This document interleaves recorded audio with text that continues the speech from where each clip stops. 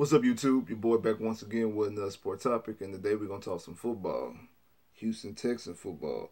Today we're gonna break down, we're gonna recap this game versus the Indianapolis Colts.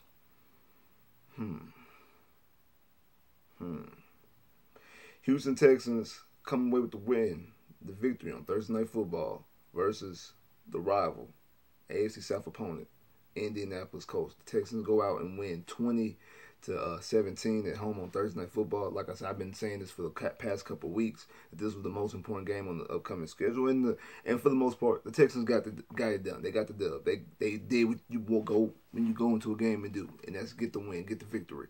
But we can't sit up here and just like celebrate the win. Like, yes, we happy, we won. We're not gonna take no wins for granted. We're not gonna give no wins back. But after coming off the performance against Baltimore, this wasn't the type of win that you would expect or would hope for. Because to be honest, the Texans were kind of lucky to win this game. If you want to be all honest, the Texans were kind of lucky to win this game. We had some good moments.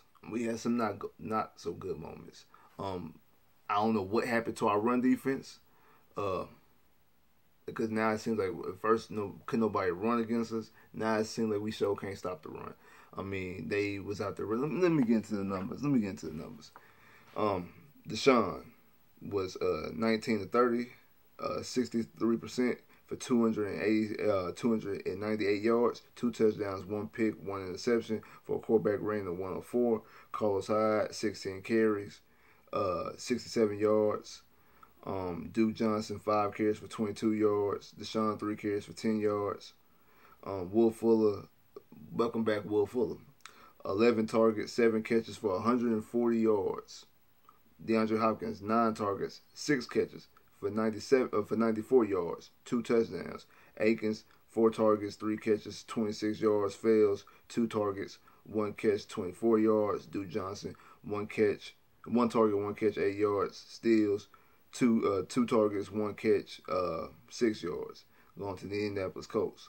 Brissett, 25 attempts, 16 completions of 25 attempts for 64%, 129 yards, no touchdowns, no interceptions, 1 sack for a quarterback rating of 76.9. Williams, 26 rushes, 104 yards, 1 touchdown. Hines, 9 carries for 51 yards, no touchdowns. And the Brissett, 4 carries for 20 yards, 1 touchdown. Ebron, 5 targets, 4 catches, 44 yards. Doyle, 4 targets, 3 catches for 28 yards. Ty came back, 6 catches, 6 targets, 3 catches, 18 yards. This game was more so they was running the football against us. I think they had a team total of 170-some yards. Remember, we were like we were top 5 in defending the run going to that Baltimore game. And now it's like we can't stop the run. Now we can't stop the run. Now we were able to stop the pass. And I said Ty only had 18 yards. He was on the pitch count. Like I said in the video I did coming into this game about who I thought this game was more important to. I thought that they were going to just be using Ty as a decoy. I didn't think Ty was completely healthy. I kind of figured he was going to play, but because it is Houston. But I kind of figured that he wasn't healthy, and they're going to be using him as a decoy. And they had him on the pitch count.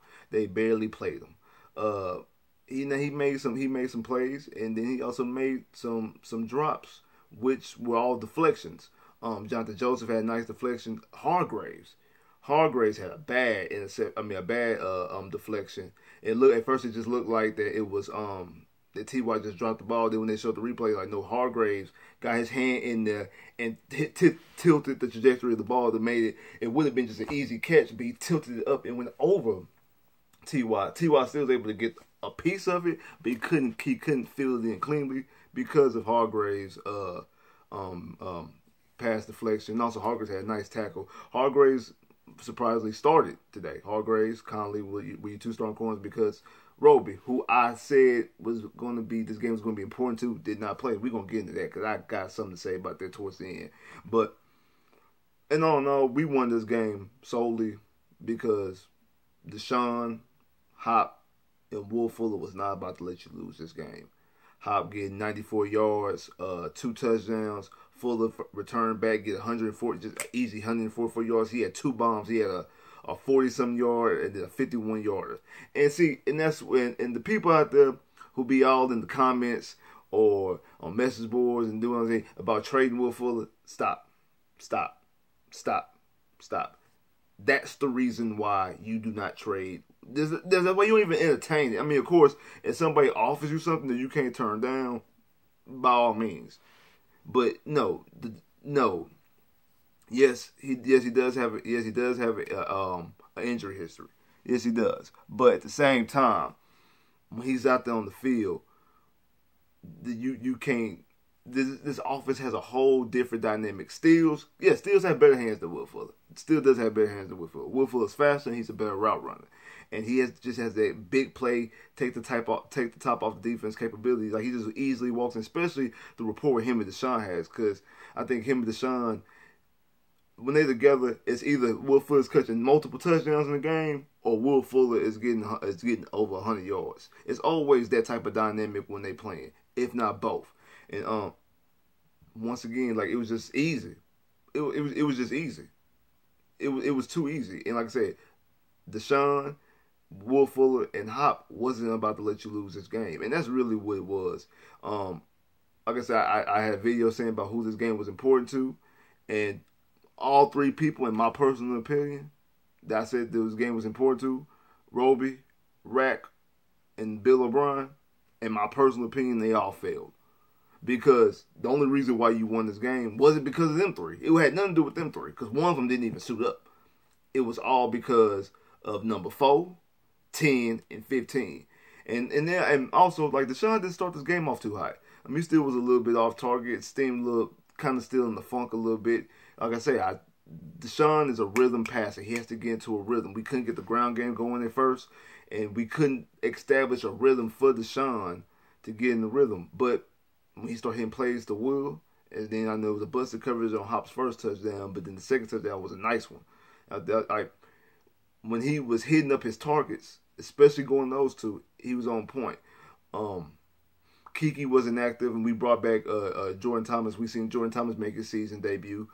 Kiki wasn't active. I think it was a coaching decision.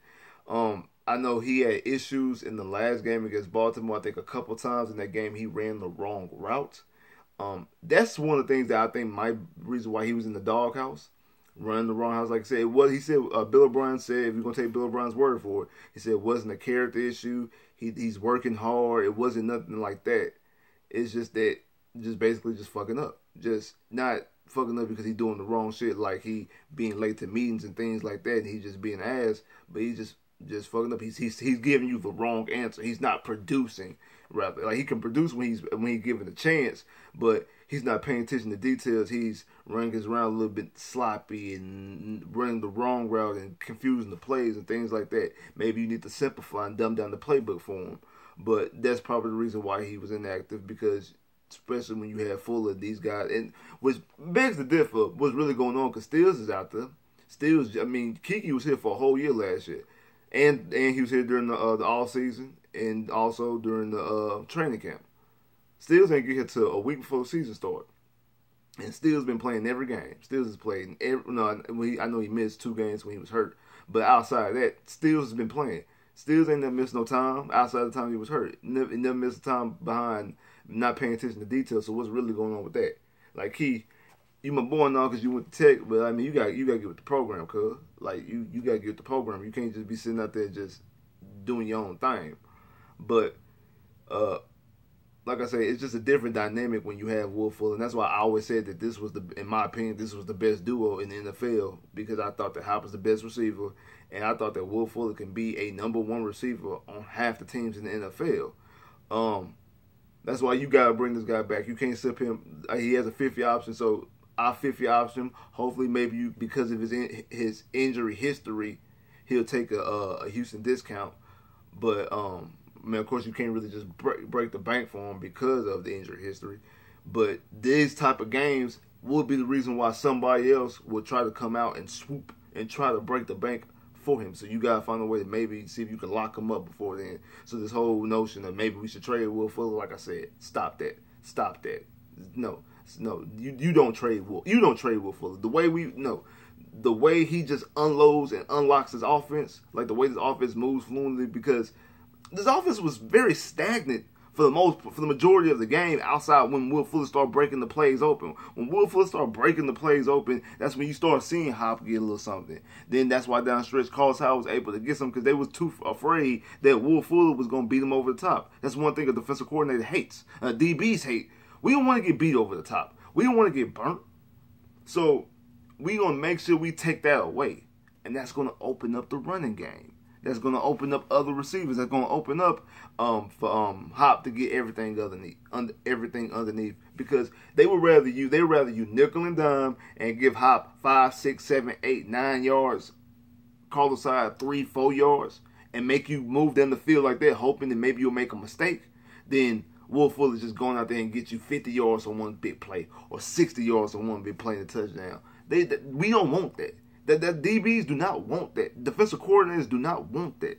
So that's one thing that's the reason why Will Fuller is a big key to his offense. And you can tell the difference in the games when Will Fuller is there and when Will Fuller is not. Now the problem is when Will Fuller is not, because it's too many games that Will Fuller is not.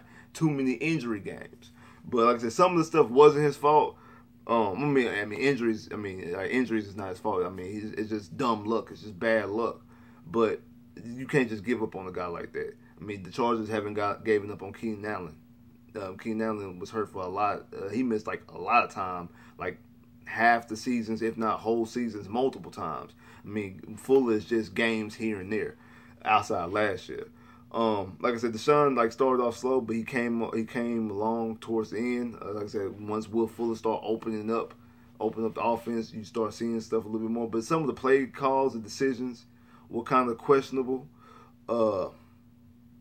Some of the defensive calls and the way that they were covering were kind of questionable. Like some of the defensive schemes just seems out of position.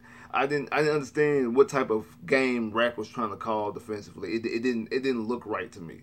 And like I said, those guys, in my opinion, failed miserably. Like we're gonna start off with Roby.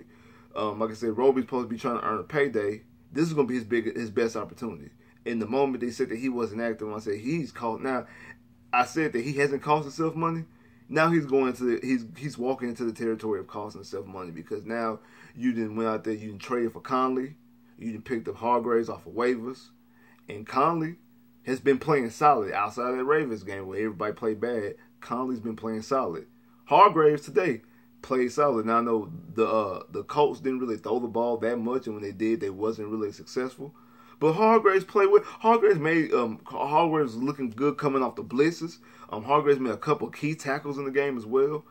That's something our corners have struggled with, and that's Roby, Conley, Jonathan Joseph. Everybody's been just DBs in general been struggling with tackling, and that's something that Hargraves has done. Hargraves saved the Tampa Bay game against the Panthers on Thursday night. So maybe Hargraves doesn't play all his games on Thursdays.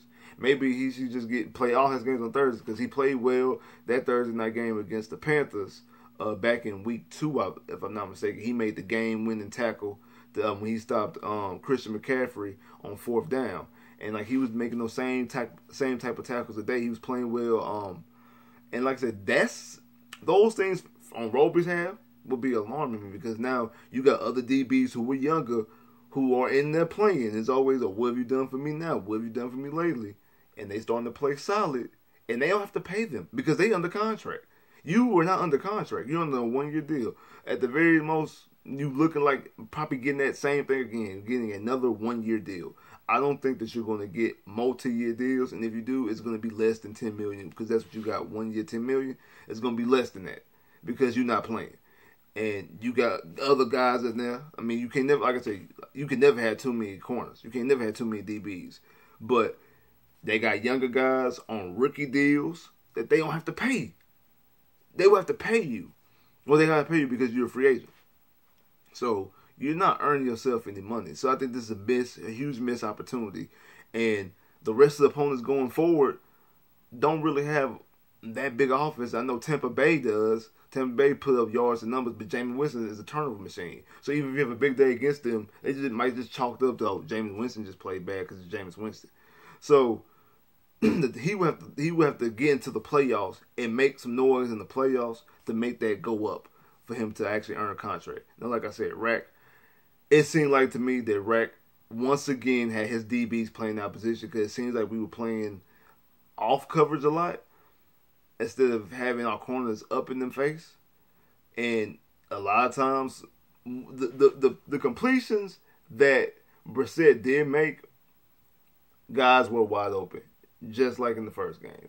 Now, it wasn't as much as it was in the first game. Remember, we allowed Jacoby Brissett to be Offensive Player of the Week that week. If I'm not mistaken, I think he had 4 touchdowns.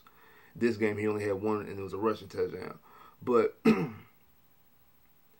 once again, it seems like you wasn't calling the right type of defensive scheme for the playmakers that you have on defense. I mean, one, we don't have a pass rush because no Clowney, no JJ. Those ships are sailed. JJ's hurt for the year. We can't get JJ back. Clowney, we trade Clowney away for a bag of peanuts. Other than that, there's nothing that we could do to generate a pass rush. I'm happy that Martin was able to get a sack early on to the game, but then we really couldn't generate a pass rush. Reader played well. Reader was stuffing the run when he could, but for the most part, we just gave them gaping holes. I know they have a good offensive line, but when they send the go out, it's like their offensive line played even better. Once they start to send the goals out, they just drive down and score a quick touchdown. It was ridiculous. Like I said, I didn't understand what Rack was doing. I've been saying, like I said, for at least since the middle of last year, that we need to find a new defensive coordinator. And another guy, Bill O'Brien. Bill O'Brien.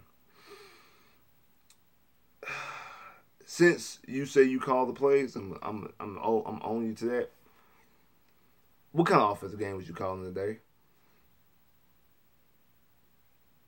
Once again, the offense seemed out of sync. And like I just said, if it wasn't for Will Fuller big play capability opening the stuff up down the stretch, this offense once again looks stagnant. How many times this is week 12. This is our 11th game.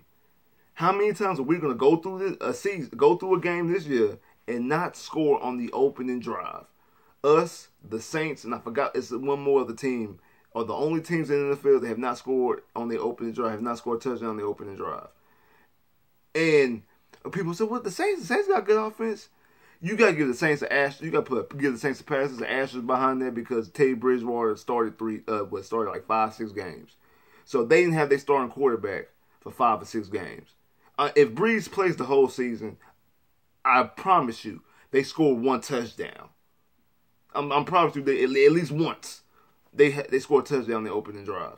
If they might have done it Sunday, if I'm not mistaken. But at the very least, they would have been done it if Breeze played the whole season. But that's you're supposed to be an offensive genius. All this offensive talent that you have. You know how many offensive coaches will kill for this job? Outside of coaching the Chiefs, there's no other job in the NFL that an offensive coordinator or offensive minded coach would not want to take over. When you have Deshaun as your quarterback and Hop as your receiver and Will Fuller as your other receiver, then you got Ken Stills as your third receiver. You got all these tight ends. Your offensive line is somewhat improving, and then Duke and you got Duke Johnson and Carl Size serviceable. So you have playmakers all across the board. And this is what you do with it. You get 20 points at home. Now, I'm going to give you credit. You stopped the bleeding with you and Frank Wright. Frank Wright was on a 3-game winning streak. You stopped the bleeding. You stopped the bleeding against Jacoby Brissett. Jacoby Brissett was 4-0 against you. You stopped the bleeding against that. Okay, I'll give you that. Why did you call timeout on that last drive? Could somebody explain to me why you called a timeout on that last drive? Huh? What was you thinking? What was you doing? It looked like Deshaun fumbles the ball. They up here arguing and saying that you hurry up and run a play so they can't, so the booth cannot challenge it. But no, you call a timeout, giving them more reason to look. Now, luckily, they didn't, probably because they realized that they couldn't overturn it because it wasn't a clear recovery. But still, one, why is you calling a timeout when you trying to run the clock? That's another thing. Why is you trying to run? Why is you trying to call a timeout when you run the clock out? You trying to end the game and go home. Tommy Fairbairn. We kind of, you lucky there was a blowout last week because how you missed that field goal. You just flew under the radar because the game was so bad. You just flew under the radar. We didn't forget. It just flew under the radar because we were so pissed off about the Ravens game. Only you will kick the upright and it hits and bounces in. Only you. Only you. This is a problem with Tommy Fairbairn. Man, shout out to my boy Wise out there in South Sports. Shout out to everybody in South Sports, but especially my boy Wise. So Wise been saying it. Wise been saying about Kai. And I tried to come to Fairbairn's defense because he was special team player of the month last year in the month of December, last month of the season. I think he made everything under 50 yards. I think he was the only field goal kicker. He was the only kicker in the NFL that made every kick under 50 yards. So I tried to give him a pass. You know what I'm saying? I tried to give him a pass. He lucky turned the corner last year. Nope. I was wrong. Dude's trash. We got 10 days until we play the Patriots. Have some kickers in there. Because he's gonna cost us a big game. He's gonna cost us a game-winning field goal or game-winning extra point. It's gonna be a time we just like against the Saints. We score a touchdown and he misses the extra point. Luckily it was a penalty and we was able to re-kick. Stuff like that. That's what's gonna happen with Tommy Fairbairn. Like I said, man, I'm happy that we got the win. You know what I'm saying? You see what I got. It's, it's everything colorless. You know what I'm saying? I'm happy we got the win. The most important win. We 7-4. We right now leading the AFC South, the 3rd seed. Like I said, we got we able to avoid the sweep and now have our fingerprints on the division. But it's not over yet.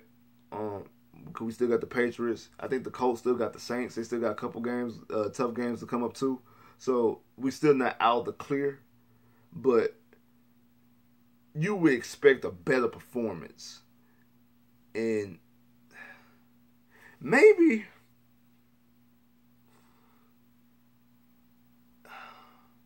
you know how every quarterback has I don't want to say a weakness, but every quarterback, even the greats, have that one team, especially in their division, probably because you face them twice a year, that can get the best of them. On any given, no matter how good you are, know how bad they is. I mean, that's the Dolphins with Tom Brady. Like, a lot of times when Tom Brady's playing in Miami, he struggles. And it sometimes it be some funky times. Miami be a bad team, but they still come away with one win against the Patriots. Peyton Manning was like that. It was the Jags. No matter how bad the Jags and how good the Colts was, he was able to. Sometimes the Jags was able to get a win against him. Maybe this might be the Colts against Deshaun, because Deshaun still didn't look like Deshaun to me. I don't know if it was a hangover from Sunday, but he did not look like the Deshaun I'm accustomed to. Like I say, he's just so great that he was able to overcome it, and he has two like legitimate receivers, the best receiver in the league, and then an absolute game breaker in Will Fuller, that he was able to overcome it. And also Bill O'Brien in the stagnant offense, the way that they're doing it. But because Deshaun did kind of revert back to some of his old tricks of holding on to the ball. I know that sack that he got was all on him. And it was one that he didn't get a sack, but he got 1 yard. Came from holding on to the ball too long. That pick was just a bad decision. And then he almost had another one that was dropped, luckily, that just could have been disastrous. Sometimes I think the Colts maybe like they can do some things to kind of confuse Deshaun a little bit. That's just something to look out for, because that playoff game earlier this year wasn't the best Deshaun game, but it wasn't like bad like It wasn't bad like Panthers bad or especially Ravens bad, but it wasn't the best Deshaun game. But it's just something to think about. But all in all, I'm happy about the win. I can enjoy the rest of the football going forward for the rest of the week. Like, share, subscribe if you haven't. Comment below if you haven't. Click that bell, get more videos. Holla.